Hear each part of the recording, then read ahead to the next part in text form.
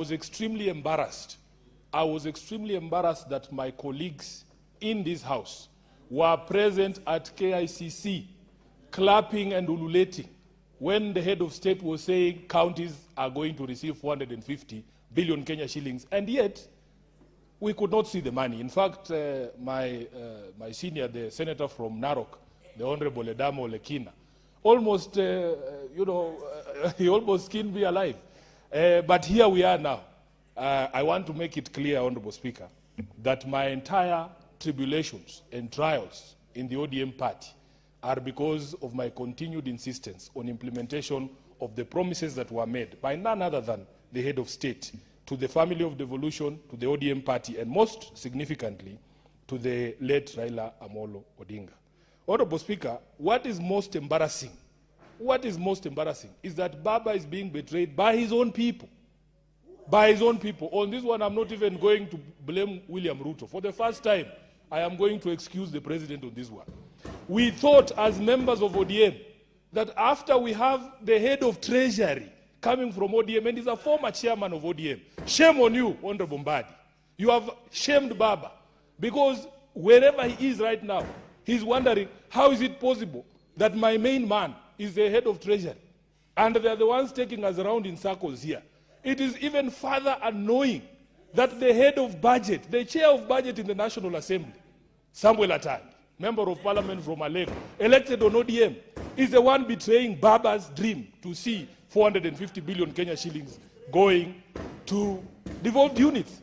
I am deeply embarrassed as the SG of ODM, that our own members can be the ones frustrating the dream of RAILA in trying to make sure that resources are devolved to counties. I was following the mediation process, Honorable Speaker, and it is Samuel Atandi who is repeatedly telling us that there is no money to give senators, or not senators, to give counties.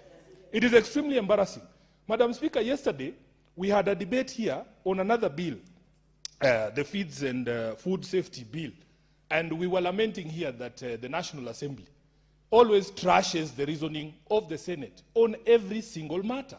So, Madam Speaker, I look at this report of the Mediation Committee, look at the reasoning of the National Assembly as to why we cannot be given 450 billion as a family of devolution. They have given two reasons there. At paragraph 7 of that report, Honorable Speaker, you will see that they are saying revenue shortfalls. They have given revenue shortfalls as one of the excuses. And then they have said that the House observed that the allocation of 420 billion as the equitable share to county governments was informed by prioritizing of expenditures of national interest, including public debt obligations and other national commitments. When the National Assembly defines national interest, the counties don't feature anywhere as an ingredient of national interest. Then you go to page 3 of that report, Honorable Speaker, and you see the reasoning of the Senate. From paragraph 11, we have taken time to explain to the National Assembly why counties need these resources. These guys just do voodoo math. They just pull numbers from the air. Whereas the Senate sits down and tells them point by point why we need this extra allocation. Number one, there are mandatory obligations that have been put on the Senate, including, Honorable Speaker, annual salary adjustments of county government workers. They are always here at our gate, protesting because counties are unable to honor their obligations under CBS. Additionally, county governments are in arrears in implementing the third and fourth remuneration and benefits review cycle, as recommended by the Salaries and Remuneration Commission, amounting to 10 billion Kenya shillings. We gave another reason. We thought that it would find favor with Atandi and his friends. Joint funding of national government programs that counties are expected to finance mandatory obligations, including KIPES, CHPs, FLOCA, and food systems resilience projects. Speaker, I heard the senator from Narok during his submissions saying, oh, counties have to find a way to accommodate national government when it comes to some of these projects, the counties that need these KIPES. Mr. Speaker, Madam Speaker, sorry, we have members of the County Public Accounts Committee in this House. We have had governors, such as the good governor from Makueni, the Honorable Mutula Kilonzo, appearing before us and telling us that in Makueni they specifically told the national government that they did not need that county aggregation and industrial parks. But because the national government has said they have to be built, in fact, if you look at the design of those KIPes, it is the same throughout all the counties. So for them, really, the interest is in the building, not whether they are a necessity in these counties. So it was forced down his throat, and he has to accept and to co-finance it, even though it is not in the interest of the people. Then we have said that there is a need for stability and predictable county budgets. Honorable Speaker, we in this Senate passed a very useless bill called the disbursement schedule. Every single year, not a single year has the National Treasury, led by that John Badi, Honorable Speaker, ever honored the disbursement schedule that we pass in this House. We just pass these laws to tick boxes. When has the Treasury, the National Treasury, ever complied with that disbursement schedule? And then sometimes you'll hear very senior people in government, they go around in rallies and saying, counties, we are up to date with their disbursement. And yet the county governors come and tell us a very different story, Honorable Speaker. We can go on and on, but the Senate always presents very reasoned arguments as to why we need this money. And then you have Samuel Atandi there, the chair of budget, waiting for you. He says, oh, there is no money today. He goes for lunch, comes back, says, oh, we will add 1 billion. He just pulls figures from there. There is no scientific process in Atandi's head that results in the allocations under this particular bill, Honorable Speaker. So it is deeply embarrassing. And I want the people of Kenya to know that the people who are betraying the dream of devolution are members of ODM. They are the ones betraying the dream of devolution. If Samuel Atandi, as the chair of budget, put his foot down, and he comes from Siaya, he passes by RAILA's grave every day. Can you imagine, Honorable Speaker? This is somebody who comes from Siaya. He calls himself Baba's child. In fact, I was seeing on social media, even the DJs who perform at their events are not being paid. And I want Atandi to see me on TV there. If he doesn't pay that DJ by the end of this week, he will see that DJ in Thika, because Nitalinda will DJ. It is embarrassing, deeply embarrassing, Honorable Speaker. They even go around crying that, oh, the national government has refused to pay ODM the 12 billion shillings that is owed under the political parties fund. You are the ones in charge of the basket. You are the ones in charge of the basket. It's like you going home, Honorable Speaker. You are the one who has the basket, and you can't even put aside some flour for your own children. They are looking at you giving other people money, and your own children are starving. You are the ones in charge of the basket, Atandi, and Honorable Mbadi. For heaven's sake, you are embarrassing us as a party. We are embarrassed. Instead of crying like the rest of us here, why don't you just take the money and put it in the budget? And then they tell us that there are shortfalls in revenue. Honorable Speaker, I will not tire in saying how much embarrassed I am as a Secretary General of ODM. The National Assembly, Honorable Speaker, uses 4 methods to deny counties money. The first one is the base amount that they use to calculate the revenue. Article 203 of the Constitution, sub-article 2, says that in every financial year, counties should not receive less than 15% of the revenue that has been received, audited, and approved. Now, what they do is they ensure that they are never up to date. They are never up to date with the audited reports. We here in the Senate, the County Public Accounts Committee, of which I'm a member, is proudly chaired by a member of ODM who understands what ODM stands for, the senator from Homa Bay, Moses Kajwang. We in this House have already adopted, and we did adopt, Honorable Speaker, the last year's financials, Honorable Speaker, the audited accounts of counties. We adopted them in March. We are up to date. Even in our meetings right now, we are only looking to see, in terms of follow-up, where these counties are. Can you imagine, Honorable Speaker, if you look at that report, that the amount that is being used to calculate the share to county governments is from 2022-2023 financial year. And I'm not quite sure who chairs the County Public Accounts Committee in the National Assembly. I suspect it's also another member of ODM. Yes, the Honorable Tindi Mwale. He's embarrassing us as a political party because it is his responsibility and the responsibility of his committee to ensure that they are up to date. These are the people who are letting down Baba. These are the people who are killing the dream of devolution. Honorable Speaker, these are the people who should be held before the disciplinary committee of the party, not Sifuna. Not Sifuna for insisting that we need to implement the MOU that Baba signed himself. The second thing, Honorable Speaker, is borrowing. Just before I depart from that issue of the base amount, because, Honorable Speaker, if you look at the revenue for 2022-2023, it is stated to be 2.050 trillion Kenyan shillings.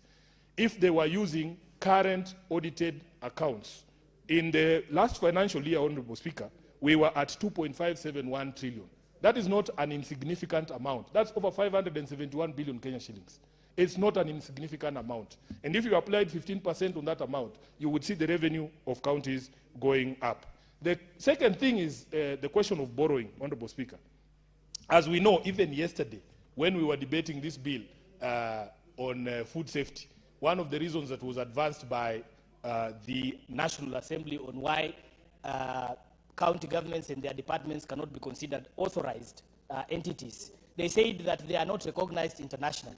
Now, when it comes to borrowing in this country, the only level of government that is able to borrow, especially from foreign markets, Honorable Speaker, is the national government. So the counties are unable to access this, but when it comes to the calculation of the shareable revenue, first the national government takes away what they call national interest and national obligations in repayment of debt. And one of the arguments that I have made is that whereas under the family of devolution, we can see a schedule of 47 counties, and we know Murang'a has gotten X, Bungoma has gotten Y, Nairobi has gotten Y. We don't see a similar schedule of the spending or expenditure of this debt that we have accumulated in projects across our counties. If you ask the people of Bungoma, do they know how much money is spent in Murang'a or in Mandera? From the national basket, they don't. And when people complain, you hear some other people saying, oh, but you also get money. What have you done with the money that we've allocated to you? This figure of 424 is insignificant compared to the amount that is retained by the national government. And so nobody should be able to make those arguments. In fact, I want to make a promise here that once we establish government in 2027, one of the things we are going to do, Honorable Speaker, is to make sure that we only use the resources that we raise. This issue of borrowing is the one that is also killing devolution.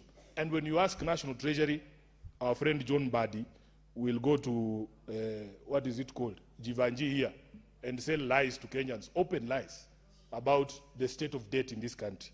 We will also, Honorable Speaker, have to assail the public expenditure in this country so that we can do away with this borrowing. If Mwai Kibaki was able to balance our budget, Honorable Speaker, it can be done. It can be done. We see a lot of wastage in this country. We see a lot of lages just being thrown around. Can you imagine, Speaker? I don't know if I can ask the Speaker a question directly, but the rules don't allow. Madam Speaker, just think, when was the last time you replaced the roof of your house? Then there is this specter where somebody replaces the roof of State House every 2 weeks because he has the money. If he doesn't like the color because it has rained and it has faded, somebody just decides, oh, we don't like the shape of the roof. That's what I'm saying. That's what I'm saying. In fact, we were discussing with one of the senators here. Madam Speaker. What's your point of order, Senator Abdul?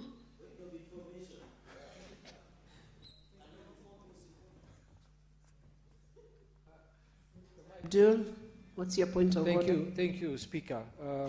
My point of order is on the content of speech of Senator Sifuna, and I was really following his contribution, which was very good until the point where he decided not to give us facts on the issue of changing the roof every 2 weeks. Can the Senator please substantiate that? Because it's kind of ridiculous to make such a statement when we, I don't know, maybe Cherargei knows if the roof in State House is being changed every 2 weeks. Madam Speaker. Thank you, Senator Abdul. Senator Sifuna, you have made a sweeping allegation of roof being changed every 2 weeks. Can you substantiate? Madam Speaker, I wanted it to sound ridiculous so that it can actually puncture the conscience of these members of this House. It might not be every 2 weeks. Senator but Madam Speaker, Sifuna, you may proceed then to withdraw that statement. Let me not say every 2 weeks, Madam Speaker, because I don't have that evidence. So can you but withdraw in the life of this Parliament, withdraw that statement. I have withdrawn. Okay, proceed. Madam Speaker, in the life of this Parliament, we have seen changes to State House more than we have seen in the past 10 years. And that's the point I was making. In fact, we were joking even here in Parliament, and the members of the Secretariat of the Senate don't like me talking about Parliament. Since I came into this Parliament, that main door there has changed more times than I can remember. I mean, which senator complained about the door? We even have a new desk that I don't know if it is the Sergeant at Arms who liked that new design, but at the end of the day, Madam Speaker, Kenyans can see that there is a lot of wastage and unnecessary expenditure in the way we manage our finances. And then somebody comes and says, we cannot deal with taxation because if we are not able to tax you more, that programs will collapse. If we can reduce taxes and decide that we will go and get one Mabati roof that can last 10 years, I am sure there is Mabati that can last 10 years. I remember my mom's house, where we built it, I think 10, 15 years ago. We have never replaced a roof. I will go to that same supplier if indeed we need to buy a roof for State House. Honorable Speaker, let me conclude by discussing the question on, I'm being informed that there's also the question of flowers. I don't know if Cherargei has details, but let me address delays in release of exchequer, Honorable Speaker. This is the other way that they frustrate devolution. That we will sit here and make noise. There'll be a lovely figure there. They're saying, oh, 424 billion that is coming to counties. But there is no way counties can predict when they are going to receive this money. And it is very difficult to run counties in an unpredictable fashion. If you don't know, for instance, if senators didn't know when you're going to be paid, how would you know when to settle your obligations for rent, for school fees, for the other things? So it is wholly difficult. And we place the blame squarely at Treasury, because the National Treasury behaves as if it is the national government treasury and not the treasury for all of us. Lastly, Honorable Speaker, there is a refusal to devolve functions. And Senator Mungatana has taken us through many, many examples of refusal to fully devolve functions. And Speaker, I will reiterate that in fact the full unbundling of functions was one of the conditions in the expired MOU. These are the things that bring me problems, because I remind the party, I remind members of ODM that that is what Baba signed up for. We have had fights here with members of the National Assembly, again, Honorable Speaker, over the road maintenance levy fund, because the Constitution only recognizes two levels of roads. It's national roads and county roads. We are supposed to only have